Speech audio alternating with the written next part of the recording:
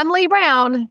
This is Crazy Shit in Real Estate. And today we're going to talk with Dave Seymour, who is an investor, but he's the kind that actually answers the phone. So you're about to go down some pathways on immigration, America, real estate, taxes, politics, investing, faith life, and what God's done for Dave. I mean, you talk about this is the all-purpose episode. Enjoy this conversation. I'll see you on the other side. Hey, Leah, how are you? Well, good, Dave. How are you? I'm well. And it's Leigh, by the way. It's not Leah. Oh, did I say Leah? I apologize. I've listened to enough episodes and you'd think I'd have got it right by now. If I don't tell you, you won't know. So it's just easy to fix that. I get it.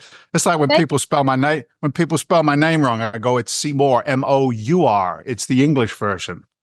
How do they? There's no other way to spell it. That's the only. M-O-R-E-M. People ain't smart. Some people ain't that smart. You know what I'm saying? So haven't they heard of Jane Seymour? She's one of the most famous actresses ever. That's right. And the Queen who was married to Henry VIII. I've got that blue blood coming through. So it's all good. See, but now I'm going to think about the Herman and the Hermit song. I'm Henry VIII, I am. Henry VIII, I am. Oh, yeah. I got married to the widow next door. No, I'm off and running. 7 times before, and everyone was an Henry. Henry! Yours, Sam. Sam! I'm your 8th man. I'm Henry. Henry VIII. Henry VIII, I am. Next verse, same as the last verse. Yeah, that's an annoying song. Listeners and viewers will be thinking, what the hell was that? And you'll have to friends, because that's back when music had some personality and it wasn't auto-tuned. Yep. That's right. Wasn't the crap my kids are listening to today. Oh, it's so bad. I keep telling my kids it's terrible, but my kids like the 80s music because we had good music in our era, and I think they wish they had as good. So here we are. Yeah, we've been listening to some good church tunes lately. Josh, is it the Josh Brolin channel on Pandora? So I got my kids sitting in the back of the truck praising the Lord. So it's a good day. It's a good day. Yeah, Dave, nicely played. Yeah, it's all good. Right, so it's good. Tell my viewers and listeners who Dave Seymour is. Where are you located? What do you do in and around real estate? Give them a little bit of color commentary. Yeah, sure. I'm Dave Seymour. I'm the CEO and founder of a couple of different companies, but Freedom Venture Investments is our private equity firm that puts capital into large commercial projects, primarily down in Southwest Florida. We'll take apartment complexes and reposition them, make them more valuable, or we'll do ground up development. But the accent is a little bizarre. So you got this lovely Southern lady here, and you got this Englishman. I'm an immigrant to the States. I came in 1986 from London, hence a little bit of the Hermits tunes that were going on. But yeah, I've touched pretty much everything in real estate, from single family stuff up to what we're doing today. So obviously in the real estate space right now, there's a pretty big discussion and disagreement about who should own things. So you're obviously working in private capital and in venture capital to help really make properties better. Can you tell my listeners a little bit about what makes you different than the big hedge funds, those BlackRock, State Street, Vanguard kind of investments that people are allergic to? Yeah, that's such a great question. And I'm prepared for that incredible question, Leigh. I really am. Not bad, because we don't print any of these episodes. They're all just conversations. So it's what my grandmother would call a chin wag. We're just having a little chin wag, nothing special. When an investor, right, an accredited investor, wants to put capital into a large commercial real estate project, there's obviously an element of fear, right? Am I ever going to see my money again? Are these guys or girls going to execute on the business plan the way they put it out there? So those larger companies that you referred to weren't always large companies. There was a time when they were a smaller entity and they were just working on relationships, friends and family money. And, they built it up to be what it is today primarily through their Wall Street connections and, large teachers unions, et cetera. That's how they became so big. So my challenge to every investor who puts that kind of a question out is see if you can get the CEOs and the owners of BlackRock on the phone. See if you can get them on the phone and have a little chin wag, get some confidence going with them to see how their performance is on the business plan that you invested in. And we all know that you can't do that. So why do I bring that up? For us, I said to my guys when we started this thing, I don't want to be BlackRock. I don't want to be so big that I can no longer have this quality of a conversation like I'm having with you. I want to be accessible. I want to be communicative. I like people. And when you look at the structure of a commercial real estate transaction, I mean, it's a business partnership, right? It's a business, but yeah, I'm going to do all the work. If you're okay with me doing all the work and you getting 70% of the profits, then come along with us and let's have a conversation. But still, at the end of the day, it's got to be a really good partnership. And partnerships, whether it's marriage to my beautiful wife or a dad to my kids, or or a partner in a business transaction, you got to have communication. You have to be accessible and available. So I think that's really what differentiates us. And then some of our business strategies are a little different to the big boys too. So what is the goal on the apartment complexes that you're doing value add on? Is it to improve the equity position? Is it to raise the rents, or is it to save buildings that are in disrepair? Help our viewers and listeners understand a little bit about the progression of where you buy in and what the end goals are. And obviously the undercurrent to all of this is there's a huge lack of affordable housing. Sure. And there's always some distrust that happens when an inexpensive building gets sold, but the flip side of that is health and safety, and the value of the property can start to slip over time. So how do you manage that seesaw?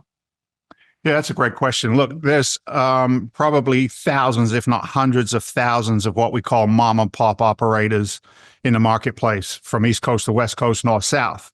And these are, family owned properties that have, met disrepair over the years. They've allowed the property manager to stay in one of the units at a low rent. He picks up the dog doo-doo and takes care of the minor repairs, right? That's not a business. That's a hobby.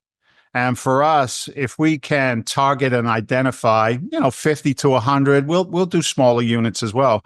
We can identify those underperforming assets. Those are the ones that we'll target. And if you think about, let's use a 100-unit property, right? And its current market rent would say a 2-unit, 2-bed is worth, I don't know, $2,000 a month.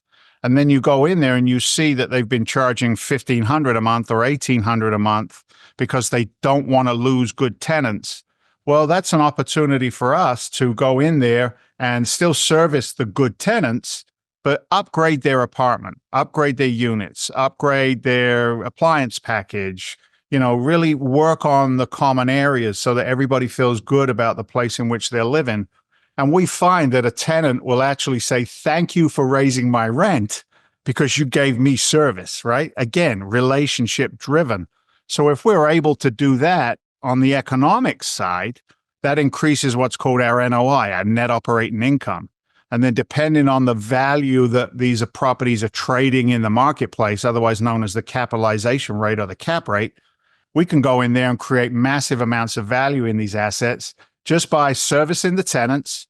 If they're bad peeps, they got to go, right? That's why I like being in. So I like being in the states where we're appreciated and not condemned for being business owners, right? But if they're, it depends on what state you're in. That's why you're back in Florida, and we know that part of it. Yeah, well, what's funny, Leigh? I live in Massachusetts, right? I got to deal with with Elizabeth Warren and all of that BS, and I I'm so sorry. Thank you.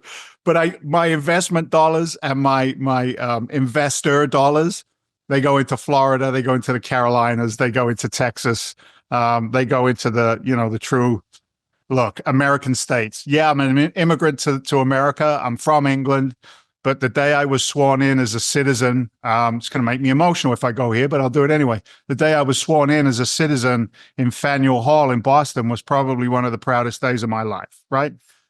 Love my heritage, love my blue blood, love all of that English fish and chips, cup of tea, and all that stuff.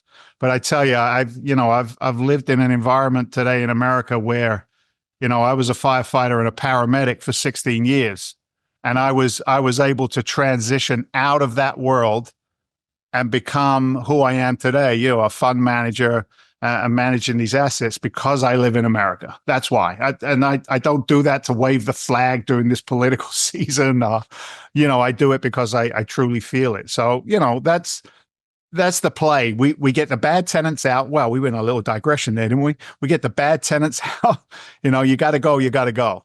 And then what that does is enhances the quality of living in the communities in which these tenants are. And people just want to be appreciated, Leigh. It's real estate is sticks and bricks, but our business is still people. So I don't know if you agree with that. I think so. That much because you got inaugurated in as a citizen in one of our most iconic historic locations. Yeah. And as a member of the DAR, the Daughters of the American Revolution, I have 4 patriot ancestors and we won. So we welcome you into the fold now. So it's okay to always talk about that stuff. And it is important to think about the beauty of real estate is that if it is unimpeded by elected officials who want to take it away, and if the regulations don't become burdensome, it does represent an insane amount of opportunity where you can build a business like you're building, or a retail realtor can build a business serving the people that they're in the PTA with, or educators can build a career training salespeople. There's so many pathways in real estate. And for those of y'all that are partisan politicians, you should know that when we talk smack about elected officials in the real estate space, it's not because of the hot button items that the mainstream media likes. It's because some people, like Senator Warren, would love to see rent control. They would love to see landlords taken out of the equation. They would love to see huge restraints on who can own property. And as an American, I fundamentally disagree with that. The free market should determine a lot, and we just have to make sure we're not in anybody's way in that. So that's why we do mention some areas more than others. Also, the tax situation in Massachusetts can preclude you from owning as much real estate as you would like because the numbers don't work where they work in lower tax states. And that doesn't mean there's not great investors that are providing great opportunities in Massachusetts. It just means there's fewer of those opportunities until you go somewhere with a different viewpoint on how taxation should work. And so I have to add all of that color commentary in because you're not wrong. And I know some of my listeners are bristling right now, but if you're bristling about that, you need to slow your roll a little bit and realize that, frankly, we need a third party in this country, and we're just going to have to call it like Patriot Party or the Common Sense Party or something because it's all gotten so corrupt. But that's a different conversation for a different day. All right. So how did you start in your real estate pathway to land where you are now? Because one thing that I've found in 10 years of doing this show is a lot of my listeners, they're intrigued by the big things that you're doing, but they can't see themselves in that pathway because they're here on this pathway. And then there's another pathway up here.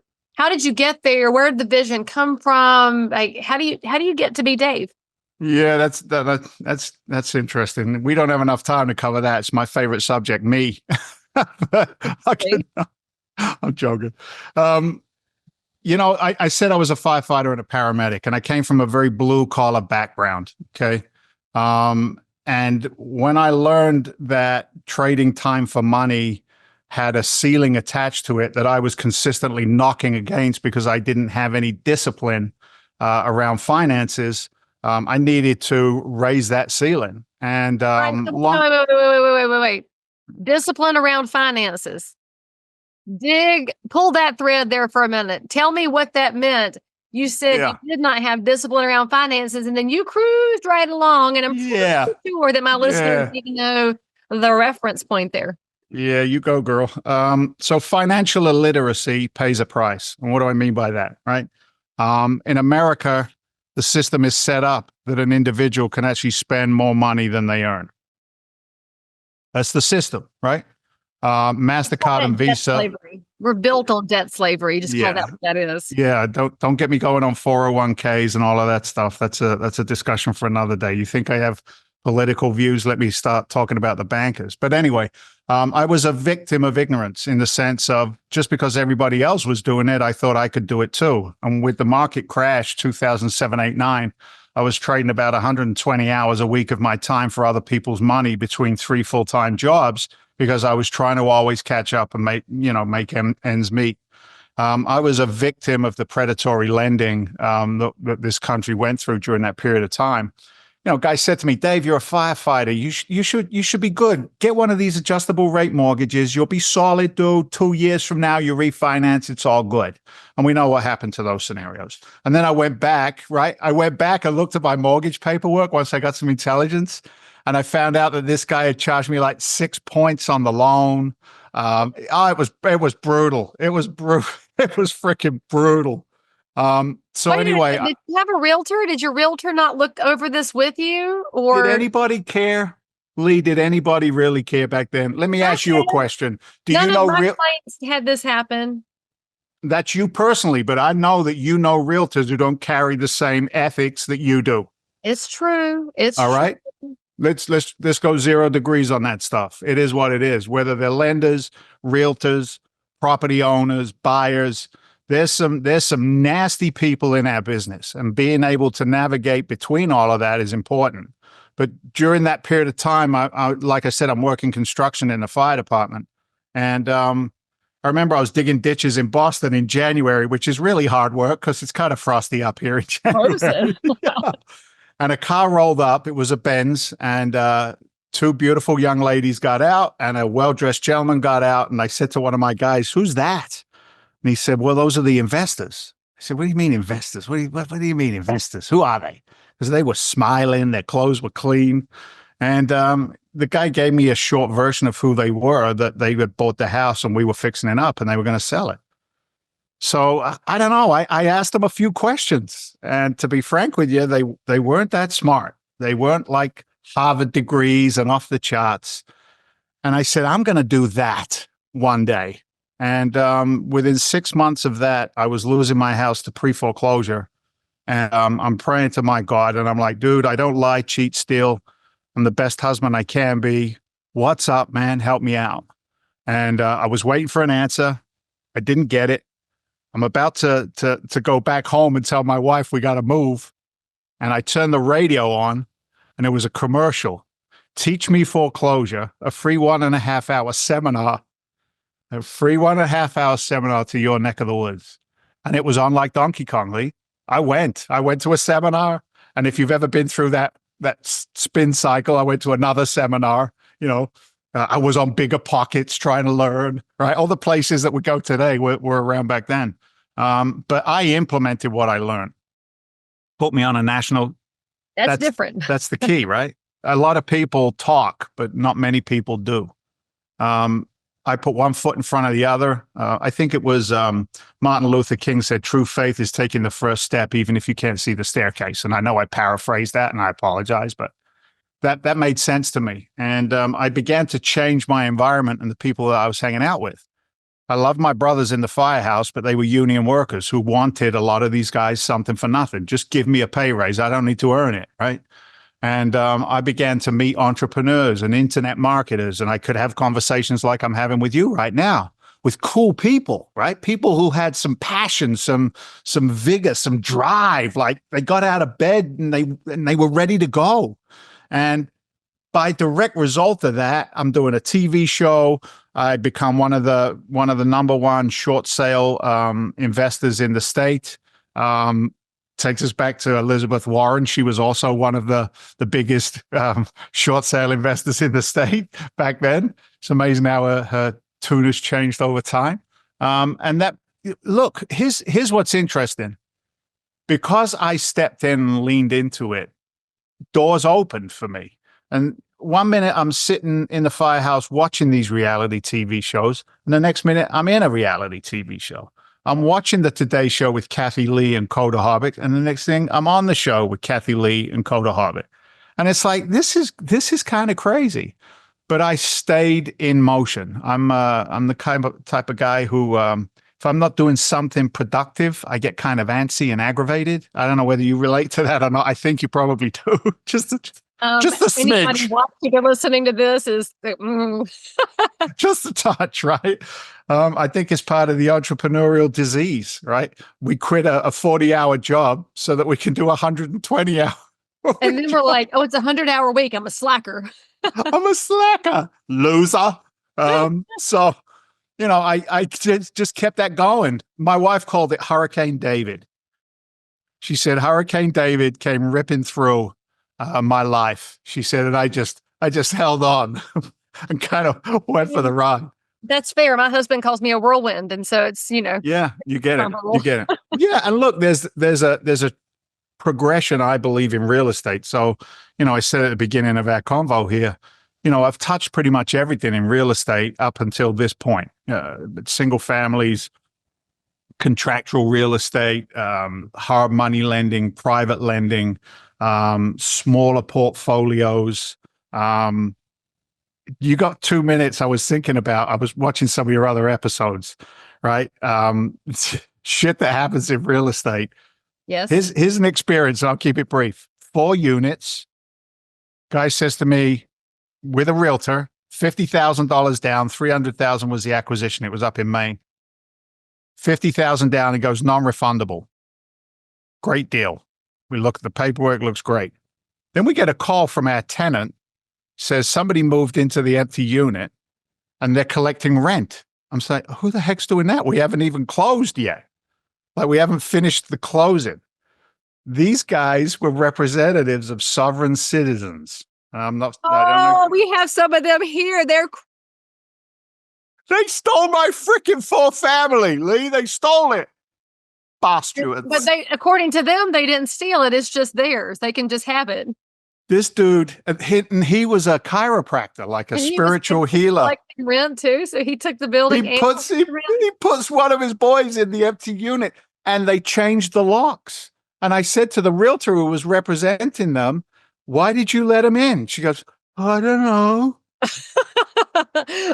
Oh my gosh. So anyway, yeah, I've seen some stuff just through that period of time. But anyway, we got him out of there. We kept his 50 grand and we won in the end. But yeah, so I've touched a lot of different components and pieces of real estate throughout my journey, for sure.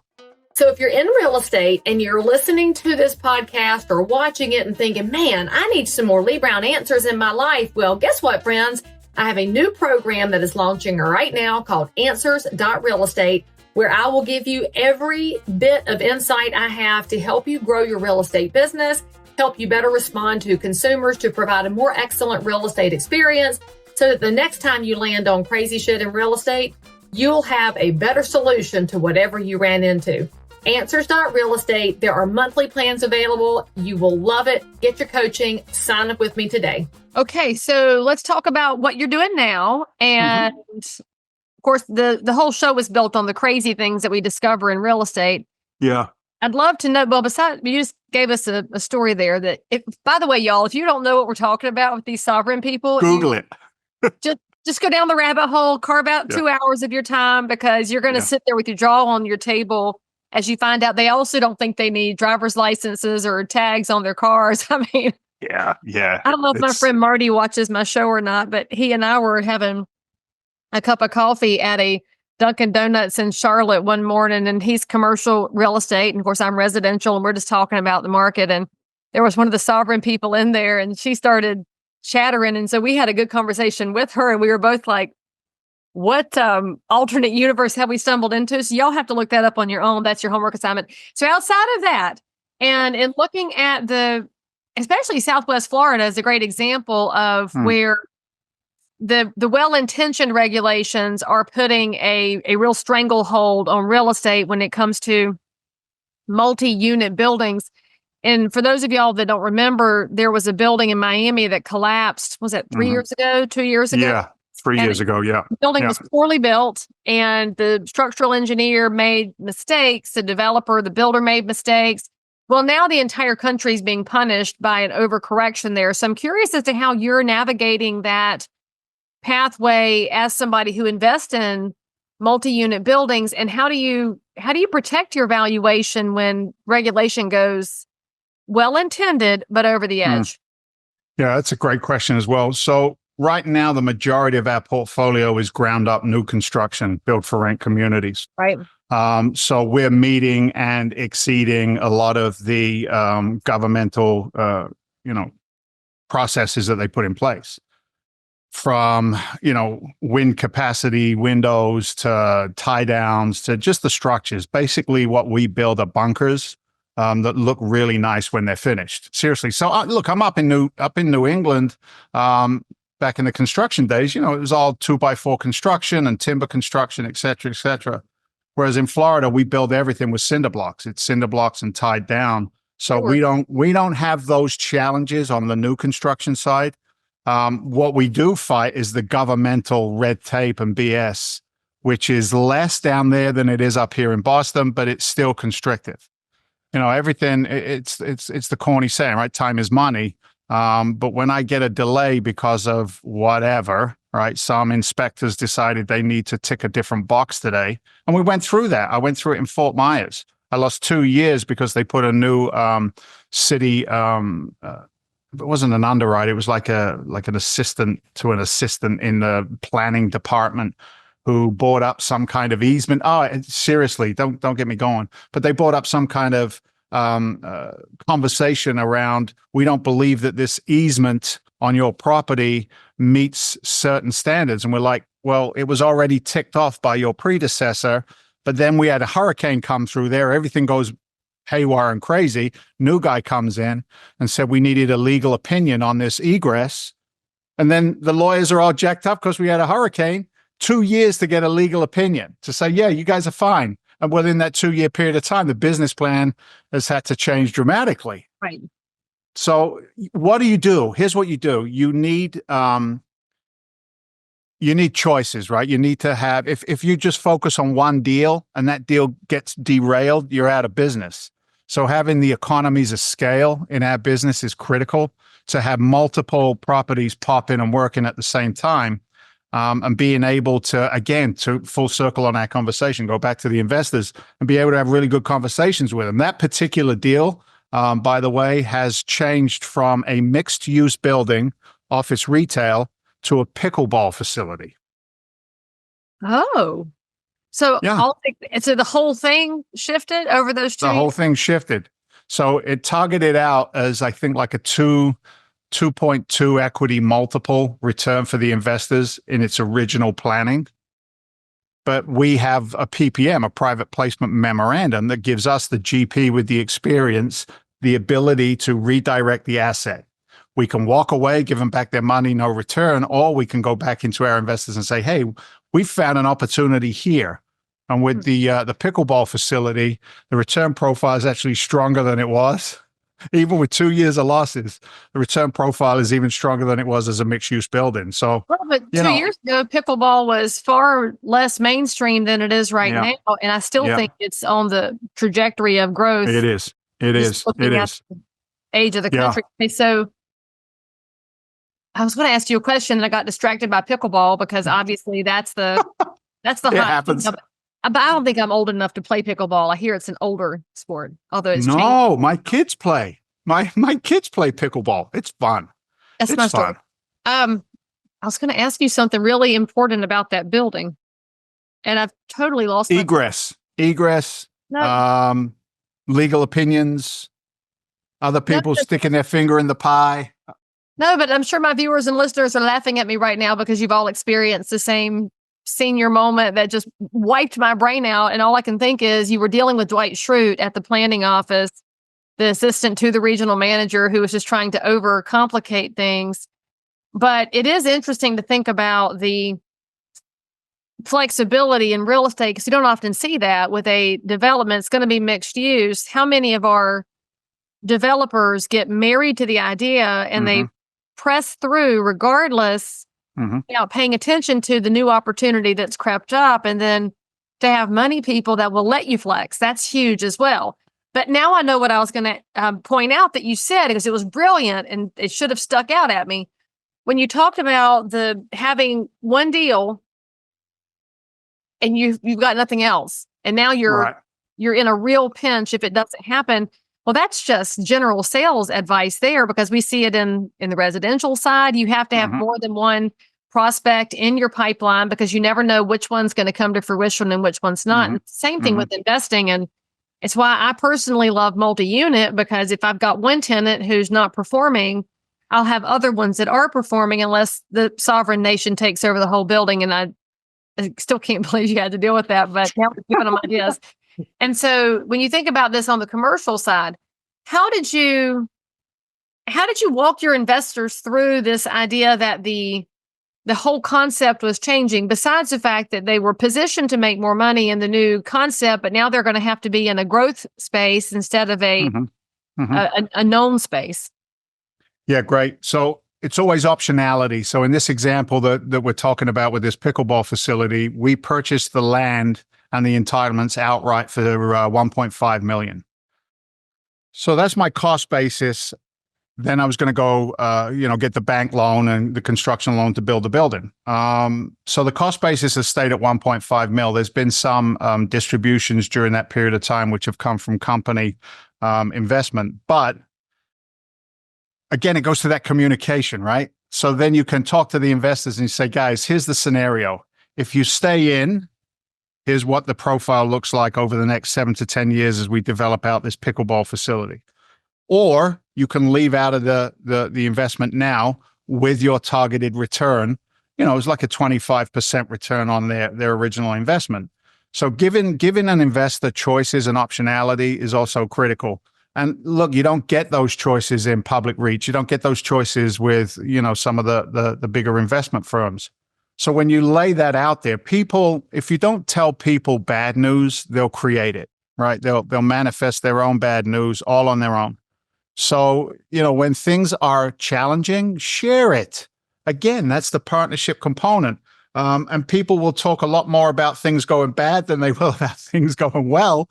So it's okay to, blow your own trumpet, as they say back home, when you're executing well on a project. But this one here, we got a tennis facility across the boulevard from us that is as we speak, writing up paperwork to give us 500 memberships per year for the pickleball facility at $1,000 a member.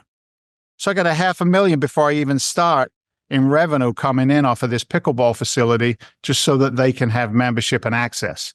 So, it's God is good. God is good. You show up and do the right thing, he'll take great care of you. Okay. So I'm so intrigued by that turn of events, because I would think a tennis facility would convert a couple of courts to pickleball to keep it all inside, but they approach. No, darling. The tennis people do not like the pickleball people. Oh, well, see, in North Carolina, we're watching the tennis facilities change a court to pickleball to accommodate the new sport. But the one you're working with chose to outsource it, which is better for everyone, because apparently you have a higher clientele. Yeah, we do. So the tennis club, if you will, there's a lot of money in West Palm. I mean, I went to Florida State, so I know West Palm is way better than Polk County. Well, this is Fort Myers. This is Southwest on the other coast. Fort Myers is kind of regular people, though. They're snooty about that. No, there's this community is. We've done a couple of charity events in this particular community. It's about 1,000 units. The condos in there range anywhere from $1 million to $5 million in valuation. They sit right on the Gulf Harbor. They look out across the water. So this is what we call private jet money in there. So they're comfortable. They're comfortable protecting their tennis club, and at the same time being able to have their name on a plaque at the pickleball facility as a founding member, right? Which is great. You service everybody. Everybody. Is, but they're slumming it with the pickleball. Okay, got it. Yeah, they're slumming it with the pickleball. Yeah. Okay, so I love your whole trumpet thing, because you gotta be careful though blowing your trumpet, because when Gideon did it and when things came down, so we won't take that side of the trumpet. So we'll use it as an announcement instead. All right. So if you had to change any one thing in your real estate life, what is one decision you made or one mistake that you made that you would go back and never do it again, so our people can learn from what Dave wishes he'd known back then? Yeah. There's a couple of incidents, and I won't unpack them for personal reasons, but I don't know. I'm given a trusting heart, right? I always say people start at 100 and lose points with me based on their actions. And that serves me well 99% of the time. But when I give leeway and credibility to people who are predatory, they can cause a lot of damage in your business, your reputation, your relationships. So unfortunately, this business has given me enough scars that, you're going to start at about 75 and earn the last quarter. Yeah. and your actions will tell me whether you're part of this inner circle or not. I've turned away capital because I just get a bad vibe from people. I'm not a fan of ego. I think EGO is ease God out. That's what that stands for. Ooh, I'm stealing that. Ooh, I'm totally stealing that, but I can get away with it because I told you I'm stealing it. Yes, you could take that one. It's not original. I probably stole it from somebody else. But when you're middle aged too, you don't remember either. That's right. Yeah. I don't resonate with those kinds of people who are, their marketing is sitting next to $1 million in cash on a table, pulling up in a Rolls Royce and a private jet. That's not my jam. That's, it's predatory. And I've been sucked into some of that stuff over the years. So to be more concise with my answer, do your due diligence on people. Yeah, I talk. Do your due diligence on people who you're going to bring close. And that's capital, that's business relationships, that's, friendships. I want to always be able to walk by somebody that I've touched in my past and who's touched me, look them in the eyes and know that all is well, right? There's no unfinished business. And if I can do that, Leigh, I've done a good job, right? I've done a good job. Guy who plays Jesus in the series, The Chosen, guy by the name of Jonathan Rumi. Research Jonathan Rumi, cool story.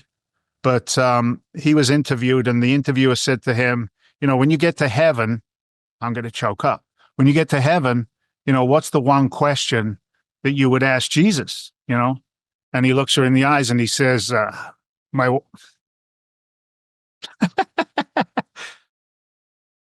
he says, my one question would be, how did I do? Did I do okay? Did I treat people as I wanted to be treated? Money will come and money will go. Podcasts will come and podcasts will go. What impact did you really leave behind? Did you do good works? And I try very hard to stay that course. So, that's my lesson. Do right. It's harder to do right than it is to do wrong, unfortunately. So stand tall and do right. And if you do that, God's grace comes down and good things happen. So how'd you get me there, woman? How did you do that? But nobody cries alone in my presence. I follow the Dolly Parton rule on life. So now I'm teary-eyed too, which is great. So yeah. It's great life advice. And I wish that I could go back in time and have the ability to look at everybody and know that all is well. And yeah. You can't go back and fix things. You can try, but the scars are still there. So if you're younger than us listening to this, then the sooner you repair the wounds, the better the scars heal. We all know that over time. If you go get the stitches, you often have less of a scar than if you just let it go on its own. So there you go. For sure. I love that. See? Oh, okay. All right. So Dave, if somebody wants to follow up with you and find out more about what you're doing, how they get involved in investing that has humanity tied to it and names, how can they best find you and reach out to you? Yeah, a couple of different ways. I'm old school. You can actually pick up the phone, 781-922-4418. Our service will take that inbound call. Just let them know that, hey, I heard you crying your eyes out, you big wussy, on Leigh Brown's podcast. But that'll grab my attention. Info at freedomventure.com. And if you want a free guide, just some information, you can go to uaiguide.com, which is our most prolific white paper, talks about alternative investments in a well-balanced portfolio. So, or just Google my name. All the stuff's been pushed down now. All the America's Most Wanted, that's all gone away. So I'm in a good... It's back now. It's back now. Yeah. So yeah, that's how you can find us. And you can also visit the show notes for this episode where all of Dave's contact information and links will be located, or you can ask for it in the comments. And my amazing team will spot your ask and make sure you get access to that guide. And I know that my listeners and viewers are the kind that are probably misty-eyed right along with us. So they won't say ugly things about your crime. They're just going to say, I want to do better too, because that's the craziest thing about real estate. It does give us a chance every day to do things better. Yeah, for sure. Focus on it. For so sure. I really appreciate you coming on the show. I love your perspectives. And we went in all the different directions today, which was unexpected and the fun part of doing this show. So thank you so much for coming on. I really appreciate it. Thank you, Leigh. Appreciate you. Thanks. All right, people, say something nice about Dave in the comments. Make sure you hit the bell to subscribe, and we'll see you next time. By the way, friends, don't miss my brand new coaching program at answers.realestate, where you can have access to Leigh Brown, submit your questions, have them answered, meet like-minded professionals, have an entire library to help you build your business no matter what happens in the market. Get signed up today. I promise you'll be glad you did. So if you found value in this episode, please like and subscribe to this channel, turn on the bell, and catch another amazing episode by clicking above. Crazy Shit in Real Estate is also available in all of your normal podcast apps. So if that's where you like to hang out, go find me, click subscribe, and most importantly, leave me a review that says you think I'm awesome, my guests are awesome, or this content is just exactly what you were looking for. And then, by the way, if there's something you need, you want to learn about something, you can comment below anytime. You can also send me a direct message if you need to remain anonymous. No judgment. But anyway, I'll only judge if you forget to subscribe and click. I'll see you next time.